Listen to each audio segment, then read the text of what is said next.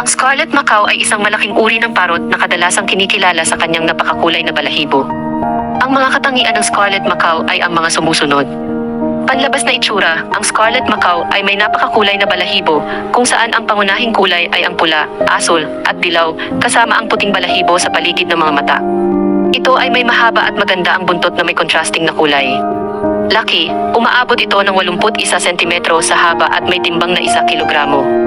Habitat, matatagpuan ang Scarlet Macaw sa tropikal na kagubatan ng Central at South America. Pagkain, ang mga Scarlet Macaw ay mga herbivore at kumakain ng mga prutas, buto at iba pang halaman. Tamang pangangalaga, kailangan ang malalaking lugar para sa Scarlet Macaw at mahilig sila sa mga laruan at swings para sa kanilang paglilibang. Dapat silang paliguan ng 1 beses kada linggo at tiyakin na may sapat na oras silang lumipad sa labas ng hawla. Iba pang mahalagang impormasyon, madalas silang mag-ingay, marunong silang magmimik ng mga tunog, at maaari silang mabuhay ng higit sa 50 taon sa kalagitnaan ng kanilang buhay. Sa kabuuan, ang Scarlet Macaw ay isang napakagandang ibon na may vibranteng kulay at nangangailangan ng sapat na pangangalaga at pagmamahal mula sa kanilang mga may-ari.